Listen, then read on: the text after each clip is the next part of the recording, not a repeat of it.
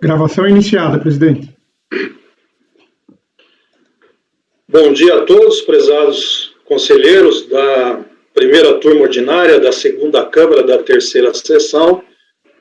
Vamos iniciar o julgamento dos processos do dia 30 de julho, período da manhã. São os processos dos itens 110 a 158. Houve uma retirada de pauta de um paradigma e haverá 3 sustentações orais. Começaremos com o item 110, Companhia Melhoramentos Norte do Paraná, relatoria do conselheiro Márcio Costa. Com a palavra, relator. Obrigado, presidente. Bom dia aos novos conselheiros mais uma vez. E vamos em frente. Bom, nos termos do relatório da DRJ, o presente processo administrativo fiscal desencadeou nos seguintes fatos. A interessada acima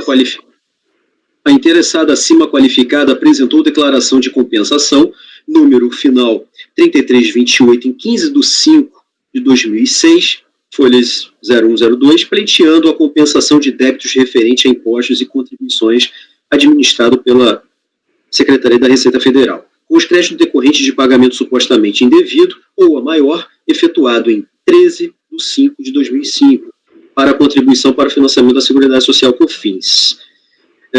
Por meio do despacho decisório eletrônico de folha 3, emitido em 23/10/2009, pela DERAT São Paulo, a compensação declarada não foi homologada sob o fundamento de que, a partir das características do DARF, por meio do qual teria ocorrido o pagamento a maior indevido, o pagamento foi integralmente utilizado para a quitação de débito do contribuinte, não restando crédito disponível para a compensação dos débitos informados no PERDCOMP. Cientificada da decisão em 6/11/2009, na folha 6, o contribuinte apresentou manifestação de inconformidade em 8/12/2009, contendo várias alegações descritas nos itens 3.1 ao 3.13. Dentre elas, destaco as alegações dos seguintes itens. Item 3.7, houve erro na comprovação do crédito, pois a empresa, ao entregar a DCTF de abril de 2005, informou o débito de R$ 192.071,27, no qual 37.341,82 foi compensado e a outra parte recolhida por meio de DARF no valor de R$ 19.457,31 e R$ 139.257,66.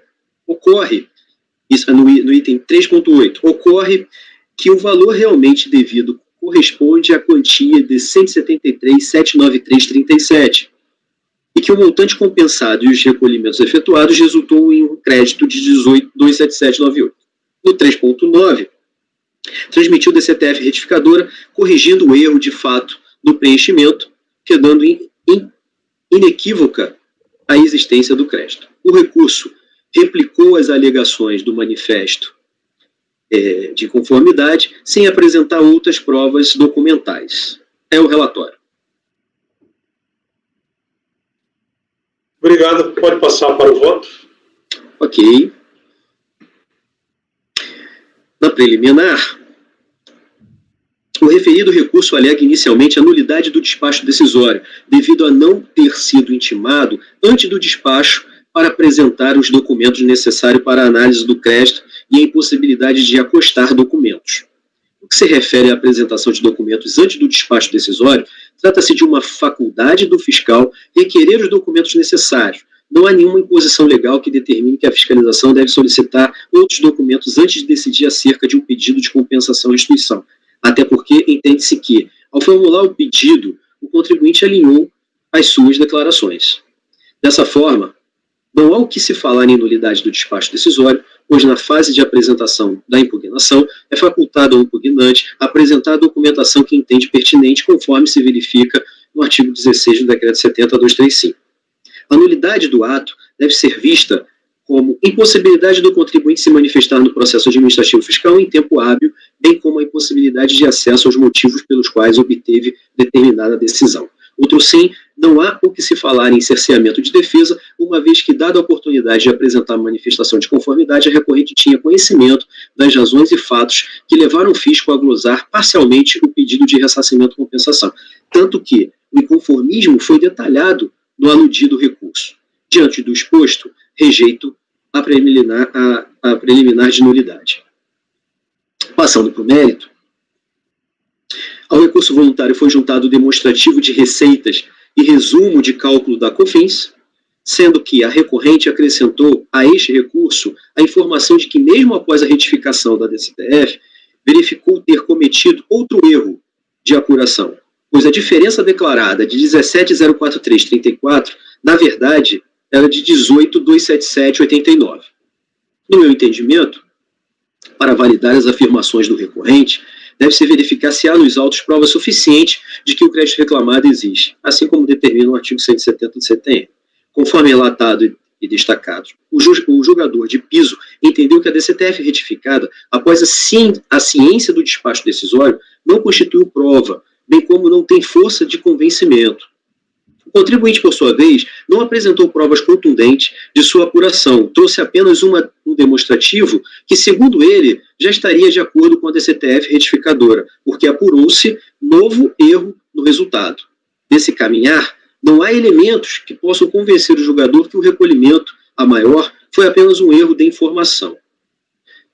Com efeito para a demonstração da certeza e liquidez do direito creditório invocado, faz-se necessário que as alegações da recorrente sejam embasadas em escrituração contábil, fiscal e documento hábil e idôneo que ela lastreie, pertinente ao tributo gerador do crédito alegado. Sequer trouxe aos autos a razão contábil, bem como as notas fiscais que evidenciam que foram aproveitados créditos oriundos de imposto sobre serviços adquiridos, tomados de terceiro ou ainda receitas indevidas computadas na base. Enfim, fatos comprovados onde fosse possível identificar de forma cabal o que baixou o valor de 192.071 para 173.793,38. Sendo este valor declarado em DCTF, tampouco há como identificar o valor de 175.027, mencionado no recurso. Apesar da prevalência do princípio da verdade material, no âmbito do processo administrativo, as alegações da requerente deveriam estar acompanhadas dos elementos que pudessem considerar como indício de prova dos créditos alegados, necessário para que o julgador possa aferir a pertinência dos argumentos apresentados, o que não se verifica no caso em tela. Sigo discorrendo no voto sobre o ônus da prova, trazendo precedente da Câmara Superior, e aí, diante o exposto, pela falta do crédito indicado pelo contribuinte, comprovação adequada da certeza e liquidez, que são indispensáveis para a compensação pleiteada, voto no sentido de negar provimento ao recurso voluntário, mantendo a não homologação das compensações, e aí, se mantendo a não homologação das compensações, eu estou retirando e nego provimento ao recurso voluntário. Como eu voto, presidente?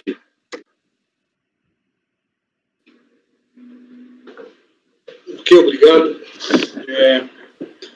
Conselheiro Elcio. Amigo de prova, né, não se tem como reconhecer o direito. Então, eu acompanho o relator. Obrigado. Leonardo Andrade. Acompanho o relator, presidente. Leonardo Macedo. Com o relator, presidente. Pedro. Acompanho. Carlos. Com o relator. Laércio. Com o relator.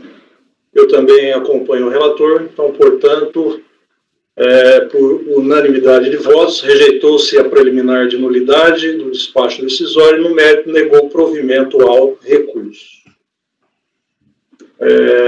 Item 111, doutor Márcio, Empresa Concessionária de Rodovias do Sul. Com a palavra, relator. Perfeito. Replico o relatório utilizado pela PRJ para retratar os fatos. Trata-se de manifestação e conformidade interposta contra o despacho decisório que não homologou a decisão, a declaração de compensação, final 3018, folha 0206, transmitido em 10/3/2011. A Delegacia da Receita Federal de Pelotas não homologou a DECOMP sob fundamento de que, a partir do DARF informado, foi localizado o recolhimento no valor de R$ 530.716,82, mas seu valor foi integralmente utilizado para quitar débito discutido no processo final 2002-76, no valor de R$ 484.677,65, e o saldo de R$ 46.039,17 bloqueado, conforme despacho decisório, folha 07. Intimada daquele despacho, o interessado apresentou manifestação de inconformidade, folha 12/014, insistindo na homologação da compensação, alegando em síntese que o crédito financeiro 46.036,17, declarado na DECOMP, corresponde ao desconto obtido na antecipação de pagamento da COFINS parcelada via refis, que, no entanto, foi liquidada antecipadamente sem levar em conta o desconto. Como se observa do DARF em anexo, foi feito o pagamento no valor de R$ 530.716,82, código 21 da COFINS, protocolo 11.040.001, do parcelamento. Contudo, conforme extrato emitido pela Receita Federal, o valor devido com desconto foi de R$ 484.677,65, resultando no pagamento a maior de R$ 46.039,17, passível de restituição e compensação. Aí sigo aqui com a emenda da RJ. A recorrente interpôs recurso voluntário no qual afirma ter ocorrido o trânsito em julgado da ação judicial, que reconheceu seu direito ao crédito bloqueado e, por essa razão, o valor utilizado para a compensação no perde-compra, objeto de não homologação desse processo administrativo, deve ser desbloqueado com a consequente homologação do pedido de compensação. Posteriormente, foi noticiado nos autos o desbloqueio da parcela utilizada do pedido de compensação, conforme folhas 534 e 535, e o processo foi remetido ao CARF para a minha relatoria, ocasião em que baixei os autos em diligência para que fosse apurado se, com o desbloqueio do valor da compensação, poderia ser homologada em sua integralidade. A diligência solicitada foi respondida na folha 43/45, nos seguintes termos: nestas fincas, nos manifestamos no sentido de que a existência do bloqueio na data da entrega da DECOMP final 30/18 seria condição suficiente para a ocorrência da homologação total da referida declaração de compensação. Diante disto, os autos foram remetidos novamente para o CARF proceder com o julgamento do recurso voluntário. É o relatório, presidente. Obrigado. Se eu não estou enganado, nesse último parágrafo você leu no sentido que a existência do bloqueio, mas o texto é inexistência. Será que fui eu que me enganei? O texto é inexistência do bloqueio. Eu ouvi existência, mas... Desculpa, mas está no sentido de que a inexistência... De repente eu li muito rápido aí. É a inexistência do bloqueio, isso. Mas pode ter sido falha do meu ouvido, tudo bem. Ok, e esse termo de diligência está nas folhas 543 e 545 do processo. Tá certo. Pode passar para o voto. Ok. O recurso voluntário é tempestivo e preenche os demais pressupostos e requisitos de admissibilidade. A controvérsia pode ser resumida nas razões da não homologação do pedido de compensação de crédito da COFINS parcelada via refis, que, no entanto, foi liquidada antecipadamente, sem levar em conta o desconto.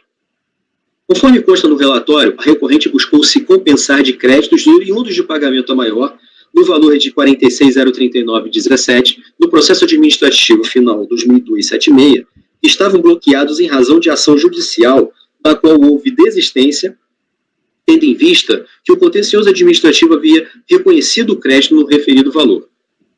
Ocorreu que, embora o processo administrativo tenha reconhecido o excesso de pagamento no valor de R$ 46.039,17 e, com isso, a recorrente tenha desistido da ação judicial, o valor permaneceu bloqueado, impedindo a homologação do pedido de ressarcimento da compensação.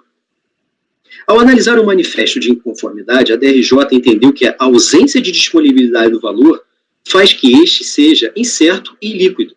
Vejamos o voto, no qual trago transcrito aqui, que vale a pena rapidamente ler.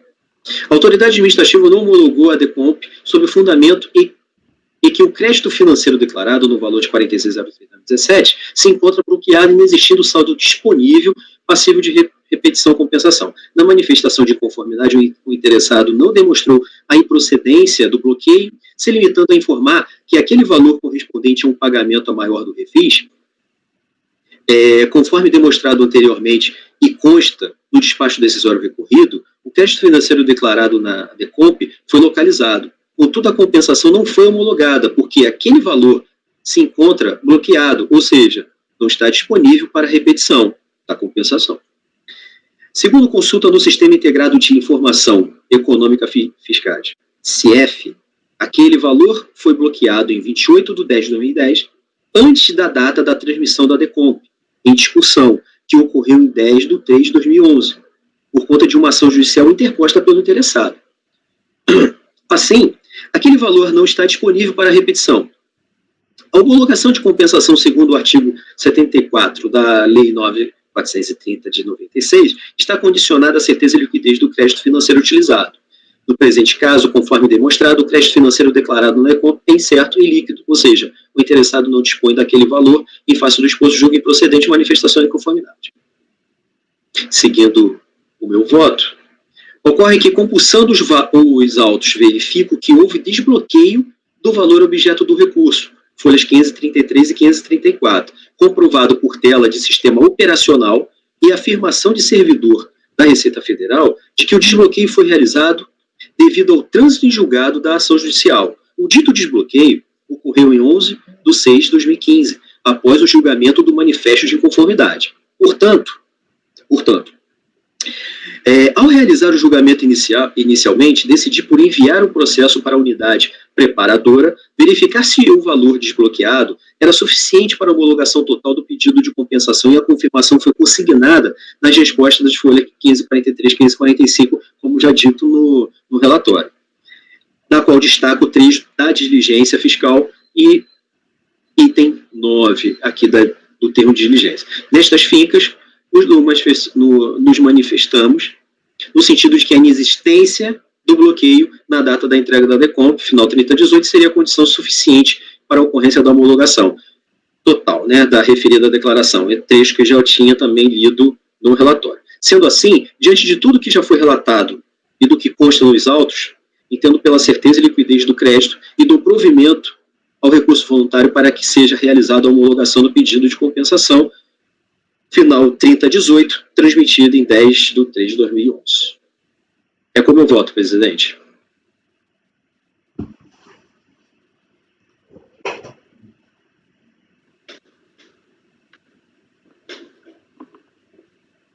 Obrigado.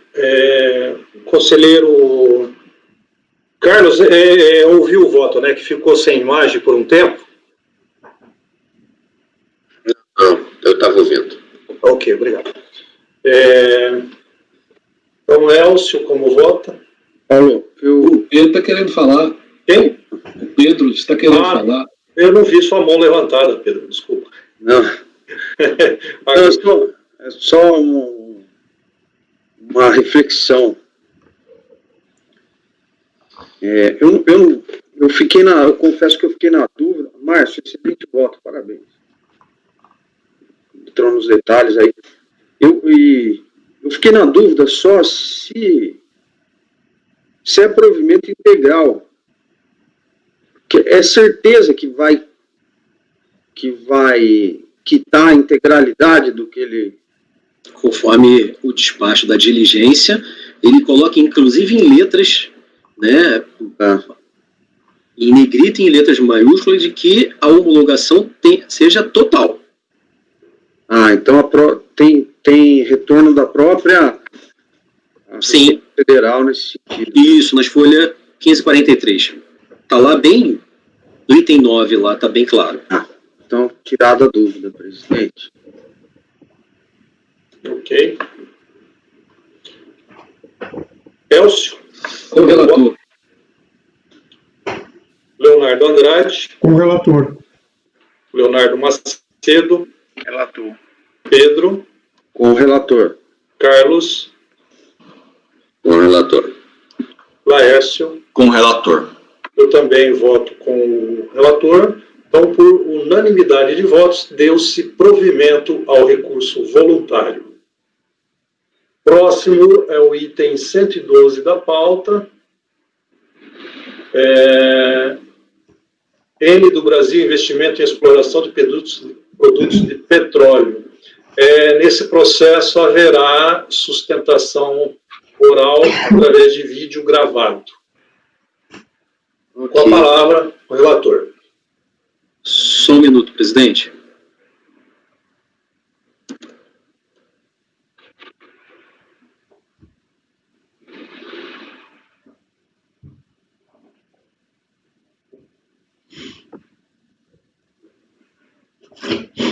Eu vou fazer uma síntese rápida aqui do relatório, já que também vamos ter a sustentação oral.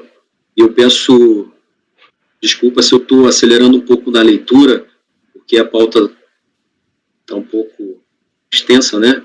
Se ler com calma, de repente a gente pode tomar um pouco mais de tempo. Então, estou tentando ler um pouco mais acelerado.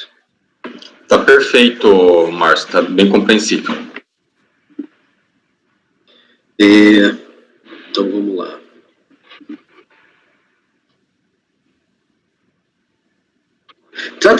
Trata-se de homologação de declaração de compensação. O crédito informado é de pagamento indevido ao maior de PIS, importação de serviço, código de receita 5434. O motivo da denegação é que o pagamento informado foi integralmente utilizado para a quitação dos débitos do contribuinte, visto que a retificação da DCTF só ocorreu após o despacho decisório. A contribuinte encaminhou a manifestação de conformidade de folha 21 a 25, na qual alega, em síntese, que recolheu indevidamente o valor de R$ 52.045,95 a título de PIS na importação de serviço, referente ao pagamento realizado no exterior, referente à locação de equipamentos. Para tanto, juntou às invoice e contrato de câmbio. A DRJ entendeu pela insuficiência de provas e requereu contrato firmado para a contratação do aluguel, para a contratação do alegado aluguel, traduzido para o vernáculo, os registros contábeis, relatórios de auditoria e etc. Ao apresentar o recurso voluntário, a recorrente juntou o contrato de aluguel e o expédio contábil. Em síntese, é esse o relatório, presidente. Tá, mas...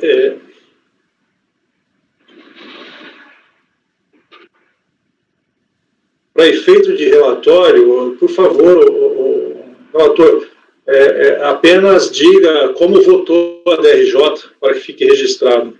Ok. A delegacia de Receita... A delegacia da Receita Federal de Florianópolis, né, julgou improcedente a manifestação de conformidade e a decisão teve a seguinte conclusão. A evidência...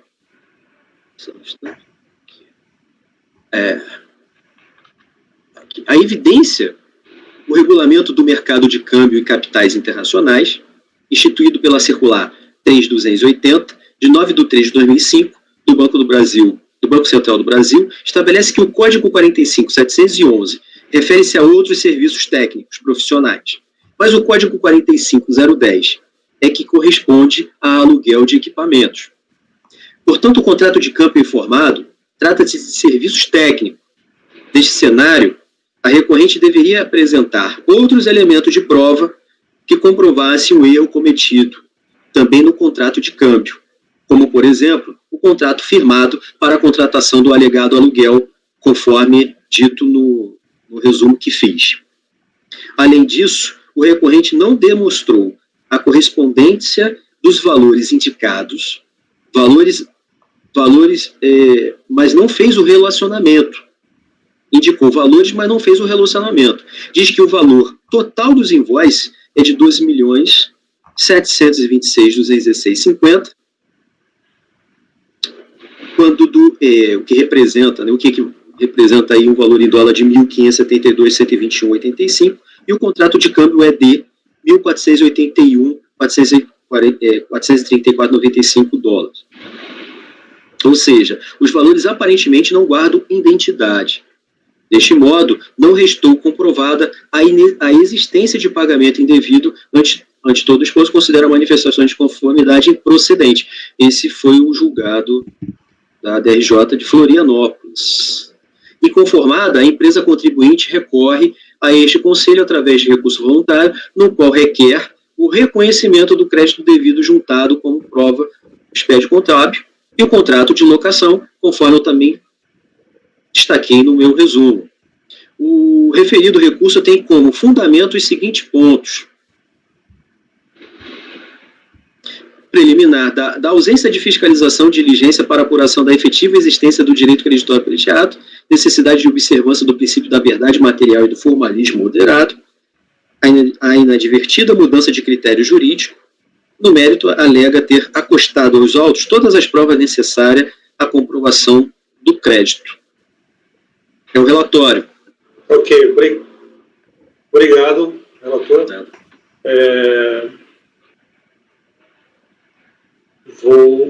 Vou disponibilizar o vídeo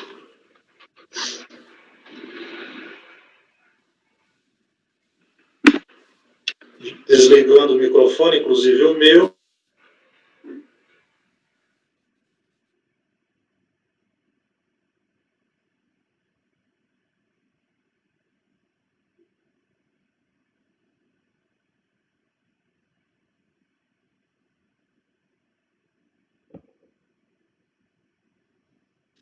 Parece que deu erro no link, mais uma vez. Se não, já sabe a providência, né, Laércio? Já, pode me transmitir lá no grupo, que eu já disponibilizo.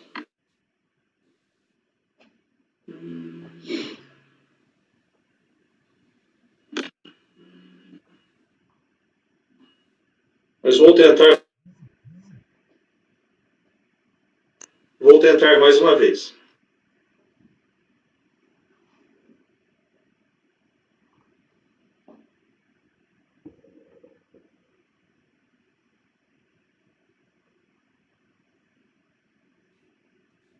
De fato, por aqui não foi possível. Pelo Jitsu aqui, diretamente nele, não foi.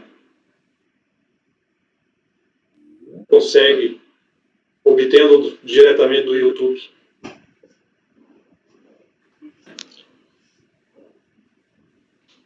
Aqui para mim está sem som.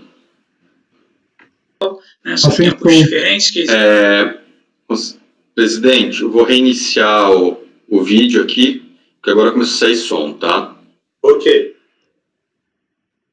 Reiniciando o vídeo.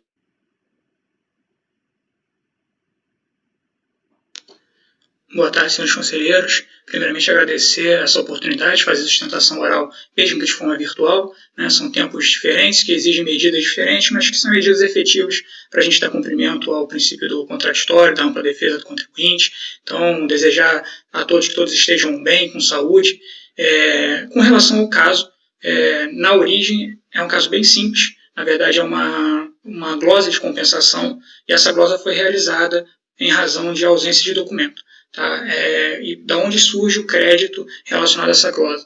É uma operação de importação de equipamentos alugados, realizados pela Eni, contribuinte autuado, da Schlumberger. E o que ocorreu? A Eni ela aluga esses equipamentos que vêm de fora, são importados, só que ela, por um lapso da própria empresa, ela recolhe o PIS importação sobre tais locações. E, como sabemos, de acordo com a legislação brasileira, não há necessidade de pagamento de PIS importação sobre a locação, importação decorrente de locação, porque não há um serviço efetivamente prestado.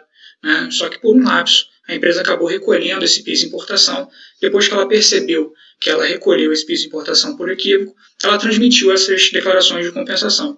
As declarações elas foram glosadas por suposta ausência de documentação. Então, não há a discussão nos autos sequer dessa questão do mérito, se incidiria ou não o PIS importação sobre essa locação.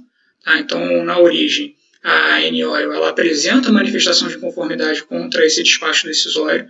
na manifestação de inconformidade são apresentadas as notas fiscais que amparam essa operação de importação de locação, né, decorrente de uma locação.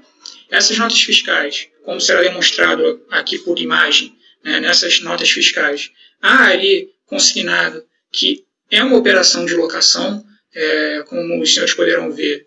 Isso está em inglês, porque são invoices emitidas porque a Schlumberger estava localizada fora do Brasil, só que o termo que é utilizado nessas notas fiscais, como os senhores poderão ver, é o termo rent, né, que é bem conhecido, que significa locação. E junto com essas notas fiscais, a AN ela apresentou os contratos de câmbio para amparar essas operações de locação.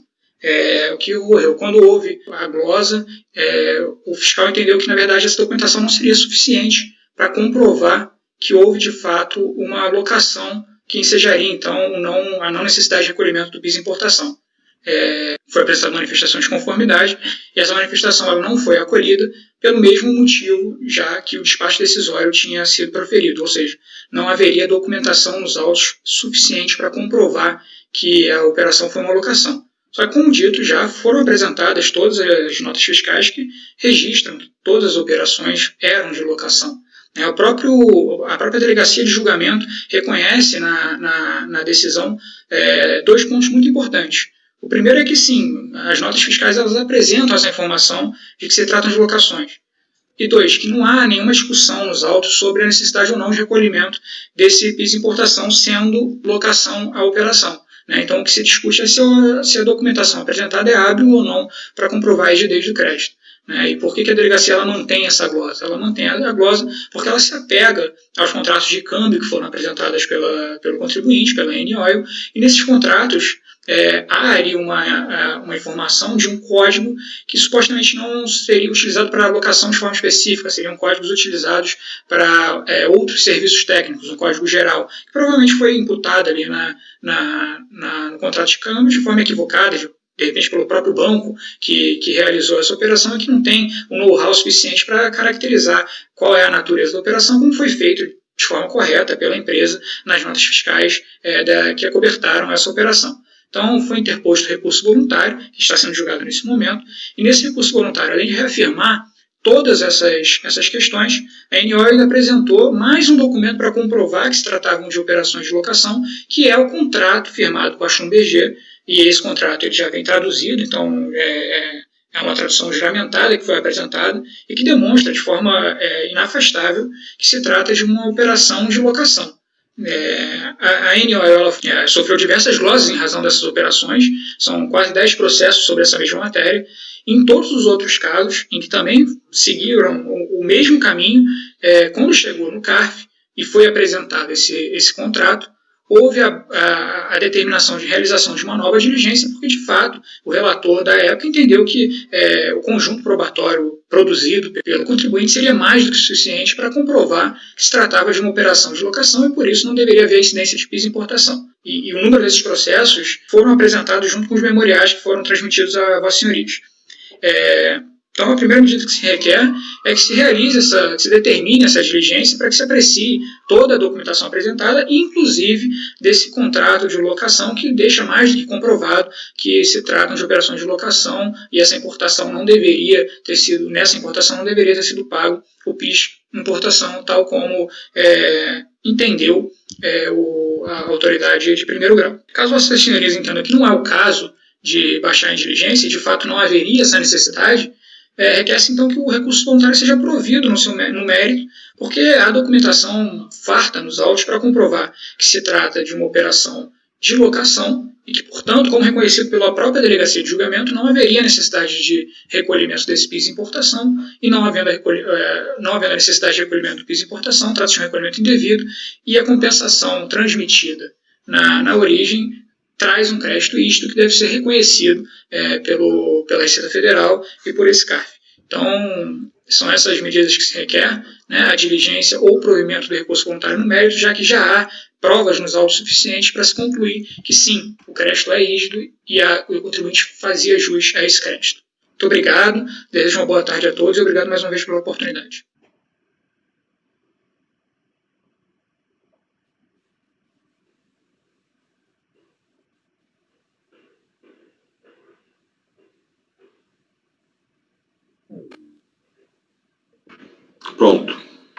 Ok, obrigado, Laércio, pela ajuda.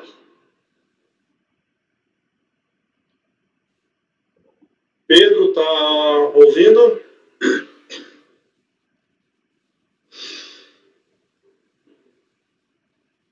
Conselheiro Pedro, será que caiu? Está aí, tá.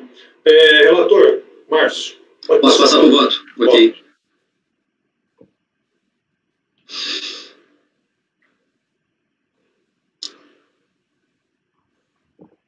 O recurso é tempestivo. A controvérsia pode ser resumida nas razões da não homologação do pedido de compensação de créditos de PIS no valor de R$ 52.045,95, com débitos de CS e IRRF, no valor de R$ 43.353,20, descrito na DECOM, folha 5 a folhas 13. O despacho decisório não reconheceu a existência do crédito alegado, deixando de homologar a compensação, e ao apreciar a manifestação de conformidade e as provas apresentadas, junto com ela, o julgador de piso entendeu haver divergência nos valores informados e nos códigos utilizados, julgando improcedente o pedido de reforma conforme relatório acima já destacado. Quanto à preliminar alegada, alega a recorrente preliminarmente a ausência de fiscalização de diligência para apuração da efetiva existência do direito creditório pleiteado, necessidade de observância do princípio da verdade material e do formalismo moderado, bem como requer nulidade do acordo com base nesses fundamentos. Entendo não haver obrigatoriedade da fiscalização em realizar diligência para apuração da efetiva exigência do crédito pleiteado, se ao verificar as declarações apresentadas pelo contribuinte, de plano se pode concluir pela inexistência do crédito. No caso em tela, houve um pedido de compensação sem que antes tenha ocorrido a devida retificação da DCTF, sendo certo que tanto a declaração de DCTF quanto o pedido de compensação com base em crédito declarado são atos privativos do contribuinte. Logo, antes de alegar ser dever da fiscalização diligenciar a existência do crédito, caberia ao contribuinte dar indícios dessa existência, que no caso poderia ter sido feito com a retificação da DCTF em data anterior ao pedido de compensação. Prosseguindo na análise do caso concreto, a retificação da DCTF se deu após despacho decisório, que concluiu pela já utilização do crédito pleiteado, pois, por uma questão lógica, o despacho decisório foi realizado com base na DCTF anterior sem a retificação.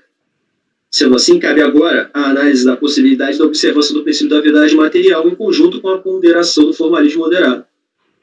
Pois bem, a retificação da DCTF em data posterior ao despacho decisório não é um impedimento para reconhecimento do crédito, desde que, ao instruir o processo administrativo fiscal, seja cumprido os requisitos formais exigidos pelo artigo 16, parágrafo 4 do decreto 7235, no qual transcrevo. Nesse contexto, muito embora a recorrente tenha juntado provas documentais, tanto no manifesto de conformidade quanto no recurso voluntário, essas provas revelam-se insuficientes, conforme seja melhor enfrentado no mérito, e por essa razão deixo de acolher os argumentos preliminares. Estou passando para o mérito. Analisando o mérito, verifico que, em síntese, foi negado o provimento à manifestação de por insuficiência das provas apresentadas. O julgador de primeira instância, ao analisar as provas, apurou que o Código 45.711 refere-se a outros serviços técnicos, profissionais, mas o Código 45.010 é o que corresponde a aluguel de equipamento. Portanto, o contrato de câmbio informa tratar-se de serviços técnicos. O valor total dos invoices é de R$ 2.726.216,50. Valor total que corresponde a R$ 1.572.121,85. E o contrato de câmbio é de R$ 1.485.434,95. E ainda fez constar no voto a seguinte orientação: a recorrente deveria apresentar outros elementos de prova que comprovassem o erro cometido também no contrato de câmbio, como, por exemplo, o contrato firmado com a contratação do alegado aluguel, os registros contábeis, relatórios de auditorias, etc., conforme já mencionado no relatório.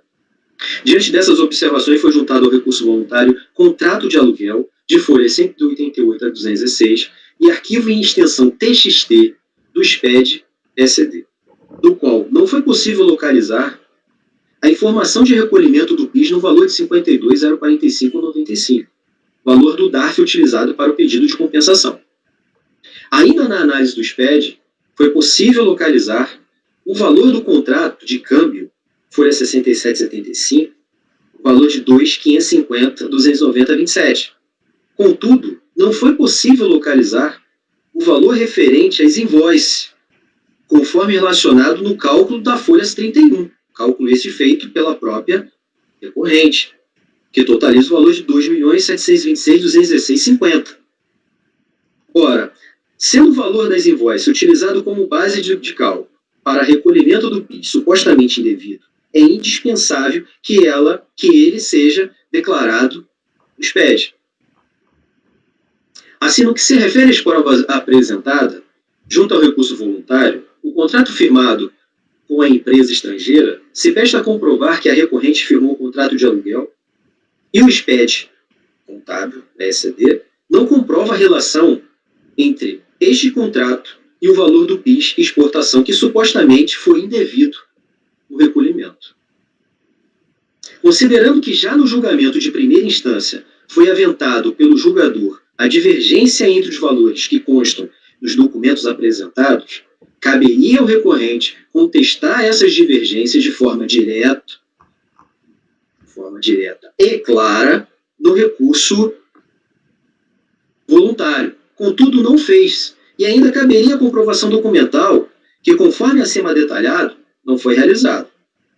Importante frisar que não há nos autos elementos suficientes para a conclusão de que o contrato de câmbio folha 67,75 e o contrato de aluguel de folha 188 a 206 guardem relação com o cálculo que subsidiou o recolhimento do PIS, constante nas folhas 75, de onde não se pode extrair evidências de que tratam da mesma operação. Aliás, analisando as cláusulas contratuais que tratam de valores, não há remissão ao que consta nas invoices, que serviram como base para o recolhimento do PIS. Importante assinalar que a compensação tributária pressupõe a existência de crédito líquido e certo em nome do sujeito passivo, a teor do artigo 170 do CTN. Pode-se dizer, em outros termos, que o direito à compensação existe na medida exata, certa e liquidez do crédito de maneira a sua comprovação e se revela fundamental para a própria concreção da compensação. Trago aqui dispositivo 170 do CTN. Trago também o 373 aqui, do Código Civil. Como se sabe, a parte incumbida do ônus probatório possui um amplo direito de produzir a prova. A parte adversa, em contrapartida, tem um amplo direito à contraprova, pois só assim o contraditório e a ampla defesa serão igualmente garantidos às partes. O ônus da prova é incumbência que parte possui comprovados fatos que lhe são favoráveis no processo, visando a influência sobre a convicção do julgador. Nesse sentido, a organização e vinculação dos documentos hábeis e idôneos com as matérias impugnadas e a reunião de suas informações pertinentes ao pedido de análise seriam indispensável para um convencimento. Modernamente, defende a divisão do ônus probante entre as partes sob a égide da paridade de tratamento entre as partes. Aí trago um trecho do nobre Francisco Carnelucci. Diante da complexidade de um processo de restituição ou compensação tributária, o recorrente deve se preocupar em informar o convencimento do julgador de forma que este seja capaz de fazer presunções simples, aquelas que são consequências do próprio raciocínio do homem em face do acontecimento que observa ordinariamente. Elas são construídas pelo aplicador do direito, de acordo com o entendimento e convicções. Trago mais uma citação de Giuseppe Giovelta. Diante do exposto, voto por negar provimento ao recurso voluntário. É como eu voto, presidente.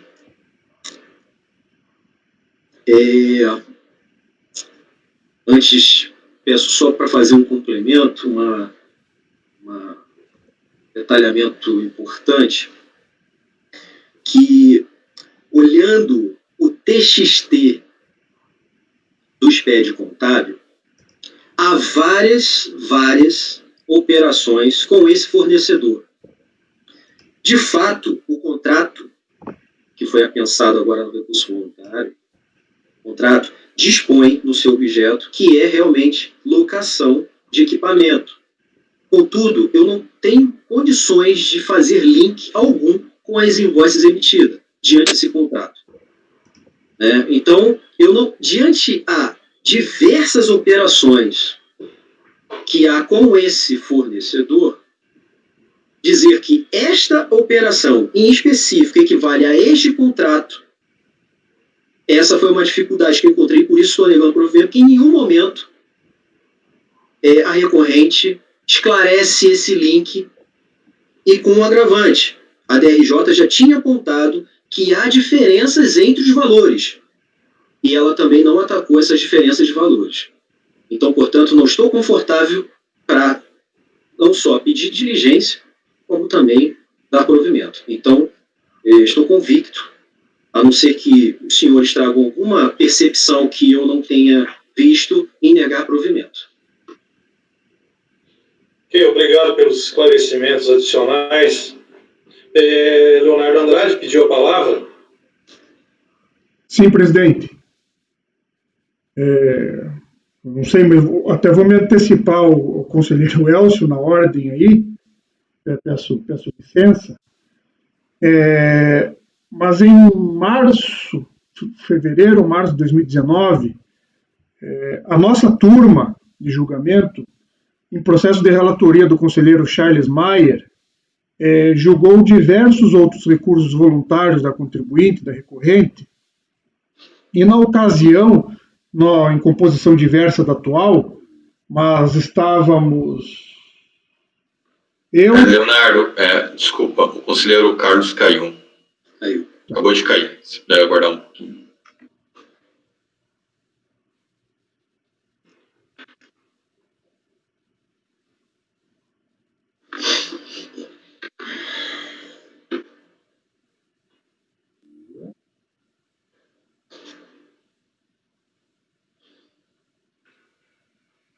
Carlos retornou. Nós interrompemos, o Leonardo estava tecendo alguns comentários, mas foi interrompido. Pode continuar, Leonardo. Só pedir a gentileza para o conselheiro Carlos verificar se está em baixa qualidade, porque no retorno... É que está chovendo muito aqui no Rio. Bom, eu estava comentando que em fevereiro do ano passado, nós julgamos diversos processos da recorrente, que figura como relator o conselheiro Charles Maier, e nós, à época, por unanimidade de votos, deliberamos pela conversão dos feitos em diligência. A composição era diversa da atual, mas desta composição participaram daquele julgamento o conselheiro Paulo, o conselheiro Pedro, o conselheiro Leonardo Correia e eu, além o conselheiro Laércio também. Na época estavam presentes a conselheira Tatiana e o conselheiro Marcelo Giovanni. E em razão da dúvida suscitada e pelos documentos apresentados pela recorrente, o relator, e daí nós acompanhamos o seu voto, ele entendeu pela conversão do feito em diligência para que a unidade preparadora analisasse todos os documentos que foram acostados aos autos pela recorrente, inclusive o contrato de locação. Com elaboração de relatório... Oi, pois não. Deixa eu te interromper, e aí até para adiantar, diga o número do acórdão, que aí todos já... Um deles é o 3201 Sim. 001 814. Isso, porque assim os colegas já podem pesquisar, identificar as semelhanças com o presente processo. Né? Obrigado. Presidente, nesta sessão, salvo engano, foram julgados 8 processos, todos de relatoria do conselheiro Charles, e todos foram pela conversão do feito em diligência. E eles foram mencionados pela recorrente em memorial. Então, ao que me parece, eles possuem similaridade com o processo ora em julgamento. Por isso, Esta minha observação é de repente, da possibilidade para seguirmos uma uniformidade de entendimento, deliberarmos pela conversão do feito em diligência nos moldes desses 8 processos.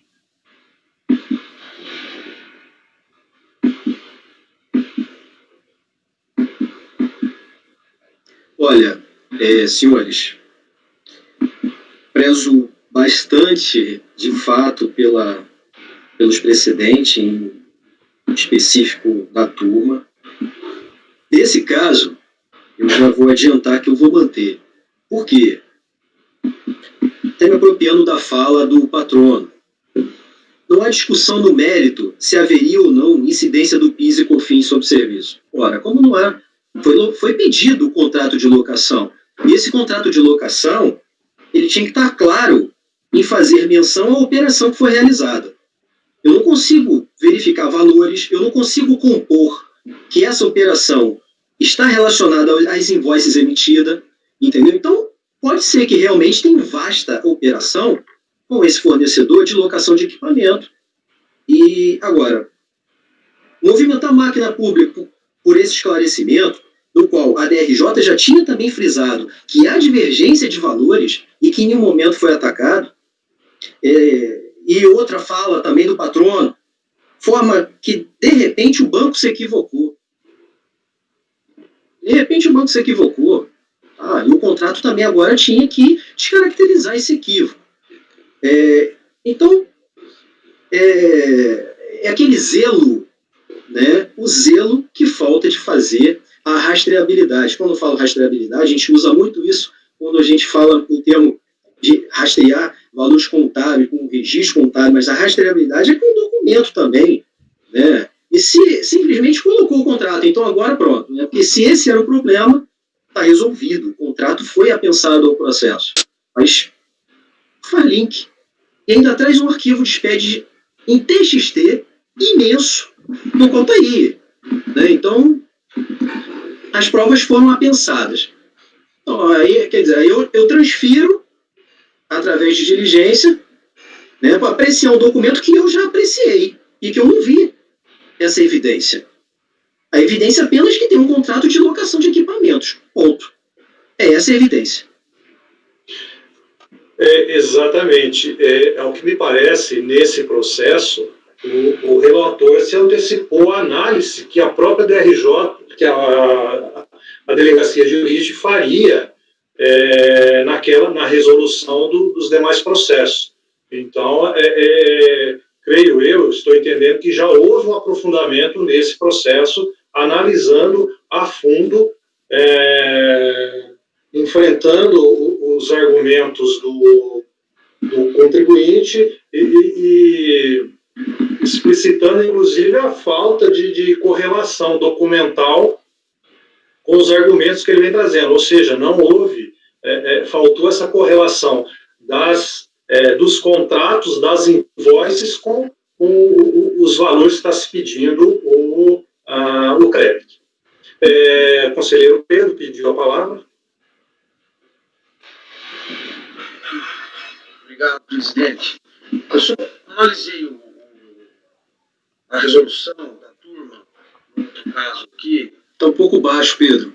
Está baixo? Isso, Pedro, tenta falar mais. Melhorou agora?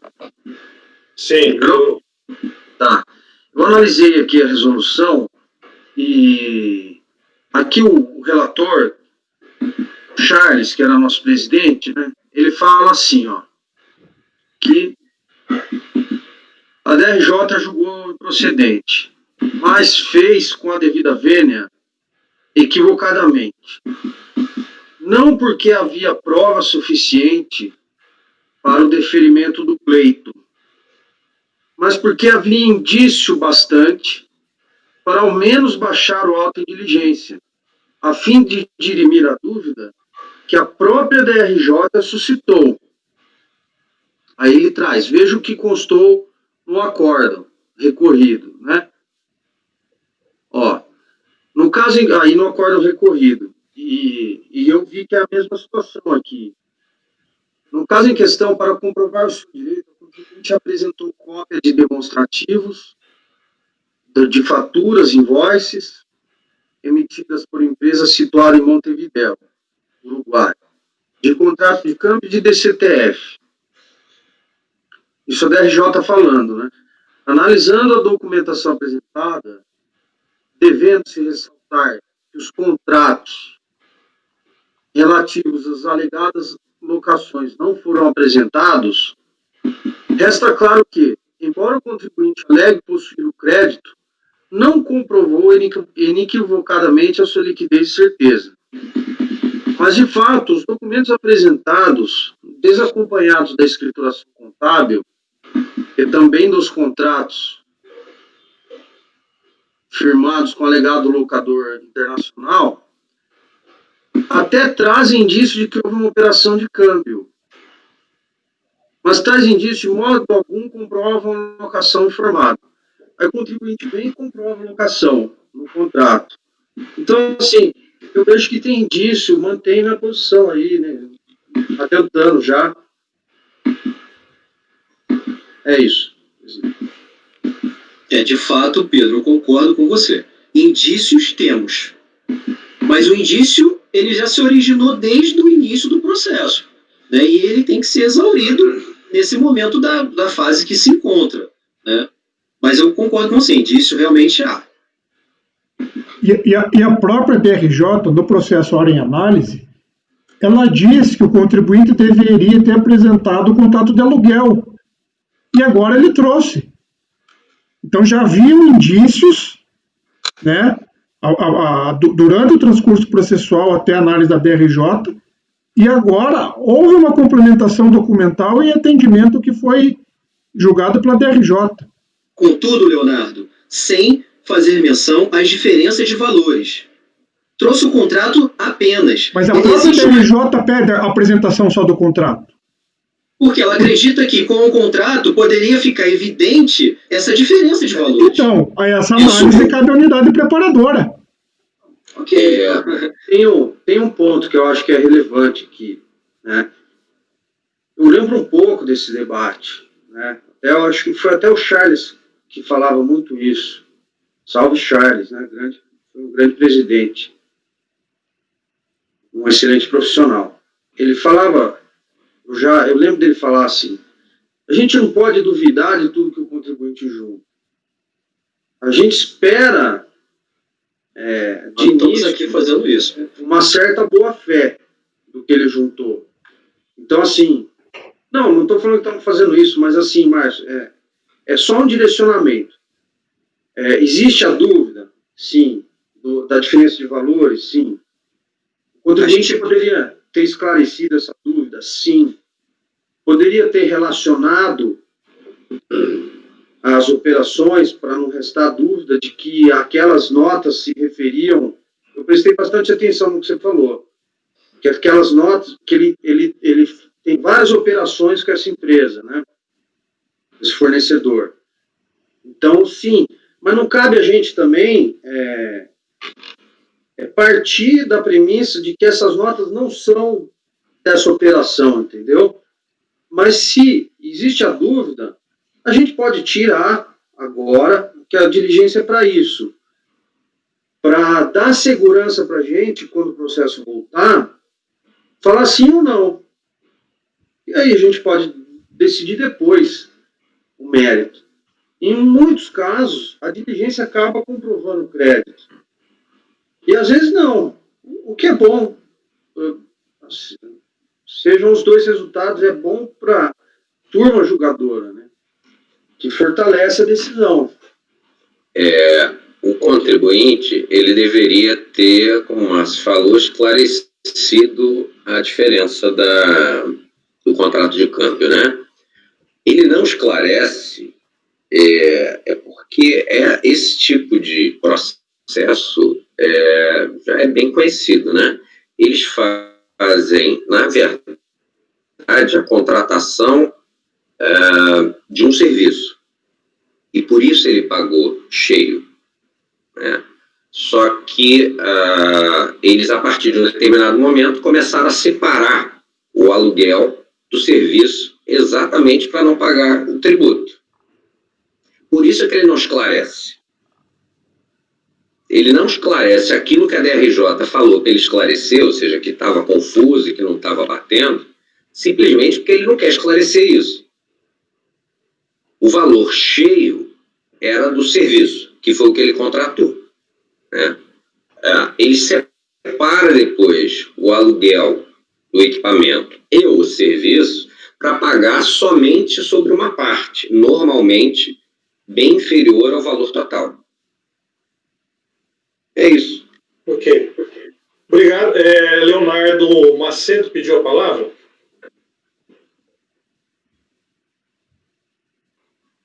Pedi, presidente. Eu escutei atentamente agora o Carlos e me lembrou que nós estamos falando da Schlumberger, né, que é essa de petróleo do mundo inteiro. E essa brasileira, essa empresa brasileira, então faz sentido isso que o Carlos falou realmente. Eles normalmente é uma admissão temporária de equipamento com pagamento proporcional de tributos, porque ele vai utilizar os equipamentos importados para fins econômicos, né? Então, e tem realmente essa relação entre os equipamentos que ele importa, o petróleo, né, normalmente é pelo Repetro, e essa prestação de serviços que está agregada a essas plataformas, ou a esses equipamentos. Então, isso não está muito claro. É impressionante como a leitura o Márcio fez um excelente trabalho, mas nada disso fica muito claro, né? Transparece a operação, e isso que o Carlos falou agora agrega também bastante. Então, eu não me oponho eu não me oponho ao que foi feito anteriormente aí com o Charles, que o Andrade falou, baixar em diligência, mas também não me oponho a negar, porque faltam elementos, falta ainda muita explicação aí por trás de todo esse pedido da empresa, né? Normalmente é isso que eu estou falando, é uma admissão temporária, com pagamento proporcional, ele traz equipamento, junto com esses equipamentos para petróleo, pelo Repetro, tem também serviço que está vinculado a essa importação, esses serviços também, né, deveriam pagar proporcional, deviam fazer parte do valor aduaneiro, então tem uma discussão aí de valor aduaneiro também, tem tanta discussão interessante aí num caso desses, e que nós, diante da falta, né, a recorrente ela é tão comedida no que ela informa, ela é tão sucinta, ela poupa tanto que acaba não explicando muita coisa. Eu não sei, eu acredito que é mais proposital que ela faça isso do que, né, ela se limita a prestar estritamente necessária, informação estritamente curta, para não deixar muita coisa, muita informação no ar. Eu lamento, mas eu até eu votei favorável à diligência e, se for o caso, mantenho assim, mas eu entendo a posição do Márcio, perfeitamente de negar por falta de informação. É isso. Obrigado, Leonardo. Realmente, o pano de fundo, todos sabemos, é matéria que tem sido julgado, mas o Carlos também foi bem preciso em estar apontando aí o que pode estar se passando, né? Mas vamos ser práticos e o julgamento requer que se decida pela realização da diligência ou não, assim como proposta pelo conselheiro Leonardo Andrade. Então, vamos escolher o voto pela realização da diligência ou não, por ser preliminar. Elcio, votando pela realização da diligência ou não? Se todos os julgamentos fossem dessa forma, facilitava bem a vida do decano. Tantos esclarecimentos que foram prestados, tanta informação. Então, inicialmente, o que me chamou a atenção foi na sustentação oral, o representante do contribuinte, ele disse que tinha entregue a DCTF retificadora antes do despacho decisório. Aí eu fui no processo e vi lá que a DCTF identificadora que ele apresentou, a tela que tem a data que ele transmitiu, não tinha essa tela. Aí fui lá na DRJ, e lá na DRJ a já afirma que foi depois do despacho decisório que ele retificou a DCTF. Ele não traz nova prova contestando a DRJ. Então, depois. Então, essa questão está levantada. No que tange a decisão ao relatório, ao voto do relator, eu concordo integralmente com o que ele disse. Integralmente, eu votaria com ele integralmente. Só que aqui tem uma questão, eu estava olhando aqui, os processos da turma, eles foram baixados em diligência e está lá parado na delegacia até hoje. Então, eu acho que, quer dizer, eles vão aprofundar essa matéria lá, e esse processo chegar vai ser só mais uma questão que já está lá. Assim, e tem outra coisa também, eu não sei se muito influenciado pelos livros de Ronald Dworkin que eu estou lendo, eu estou dando muito valor ultimamente à coerência. Então, assim, se for a decisão da turma naquela época, apesar, eu não estava, eu concordo com a sua decisão, Márcio, mas para a gente mudar agora a mesma turma, mudar totalmente o encaminhamento, teria que ter pelo menos uma justificativa. Por que está votando diferente daquela forma que votou? Que eu olhei lá o relatório lá daquele acordo que você citou, a situação fática é a mesma. É a mesma. Então, assim, para que eu voltasse, te acompanhasse, para mim necessitaria uma informação adicional, por que nesse caso está encaminhando diferentemente. É a mesma turma. Assim, numa solução mais prática, e também a praticidade é algo que a gente não pode, né, ignorar de todo, eu votaria pela conversão da diligência para manter, considerando que os outros lá estão pendentes de análise ainda. E assim seriam todos analisados juntos. Então, eu vou encaminhar dessa forma. Mas se a maioria votar por manter seu voto, eu só necessitaria de uma justificativa por que está se mudando o encaminhamento de questões, a mesma turma e os mesmos fatos. Então, inicialmente, eu voto pela diligência. Obrigado. Leonardo Andrade. Pela diligência. Leonardo Macedo.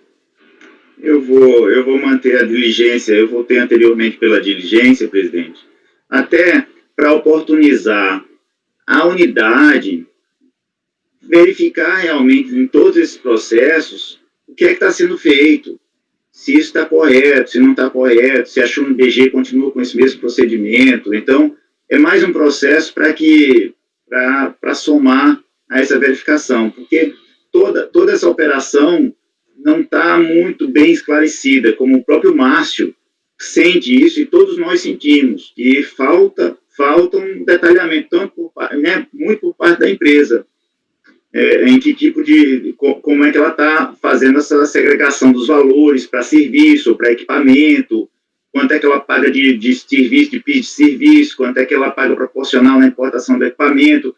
Essas discussões estão por trás e nada disso está esclarecido. Então, é bom que a unidade de origem também tenha mais peso para olhar isso aí. Obrigado. Pedro? Olha, eu não poderia acrescentar nada, depois de tudo que o Elcio falou, e o Leonardo Macedo falou agora. De fato, a colegialidade, a jurisprudência da turma, né, o doutor Elcio citou o Dworkin aí, que é uma referência mundial na jurisprudência, né? Fala muito de coerência mesmo. Assim, não poderia acrescentar nada, presidente. Faço deles as minhas palavras. Eu acompanho a resolução e entendo, sim, também o voto do Márcio. Com certeza entendo. Agora, é importante que quando voltar, qualquer decisão que o CARF tomar vai ser muito mais firme. Isso podem ter certeza. É isso o voto. Laércio. Não, desculpa. Carlos. Diligência. Concorda com a diligência? Foi isso? Bem, vou fazer algumas ressalvas aqui. Eu concordo com a diligência já. Mas também é o seguinte, Márcio, eu compreendo o que você diz em seu voto, mas também o seguinte, o que ocorre muito com a gente. Muitas vezes a gente converte as coisas em diligência, e a fiscalização não responde. E ela não responde porque ela não entendeu o que queria trazer a mais. E quando nós pedimos algum documento para o contribuinte, às vezes ele só faz esse cara crachá. Por qual motivo? Não sei. Eu também eu me sinto um tanto quanto desconfortável, e até o motivo dessa minha fala, quando nós convertemos em diligência, muitas vezes a fiscalização devolve para que ele só simplesmente falando que cumpriu, e realmente nós temos que, às vezes, detalhar o que e o motivo e o porquê, para que nós alcançamos essas informações. Do mesmo modo, como relator, eu fico ainda inconformado com o simples negativa do não ou do sim, mas também compreendo que nós temos que fazer isso, até por isso, no motivo da diligência, porque foi pedida essa informação, talvez não foi detalhado do jeito que a gente queria, deveria ter sido, fazer esse encontro, essa rastreabilidade, tá? Mas, do mesmo modo, Chico bate em Francisco, então eu voto pela diligência até por isso, porque diante desses dois mundos, infelizmente, às vezes não conseguimos ser claro. Desculpa pelas delongas, mas tá. Acho que passei minha indignação.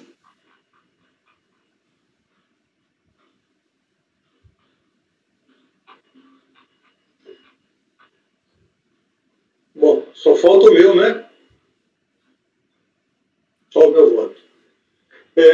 Senhores, o caso é o seguinte: a conversão do julgamento em diligência, que foi decidida pela turma, tão somente para que a unidade analise documentos apostados nos autos pela recorrente. Inclusive ao recurso voluntário. Na interpretação oral, o patrão fez sentido que a diligência seria... Alô, tá travando seu áudio. E travou sua imagem também. Continua travado. Tá ruim. Eu vou reinicializar. A imagem do conselheiro Carlos também travou. Não. Não? Acho que não. Eu acho que... não. Tá lenta,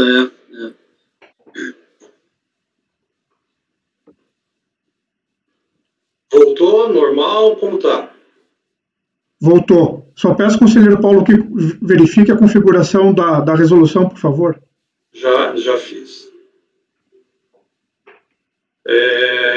A parte que eu comentei, o voto do Charles na resolução foi audível? Vocês entenderam? Sim, pela análise. Sim.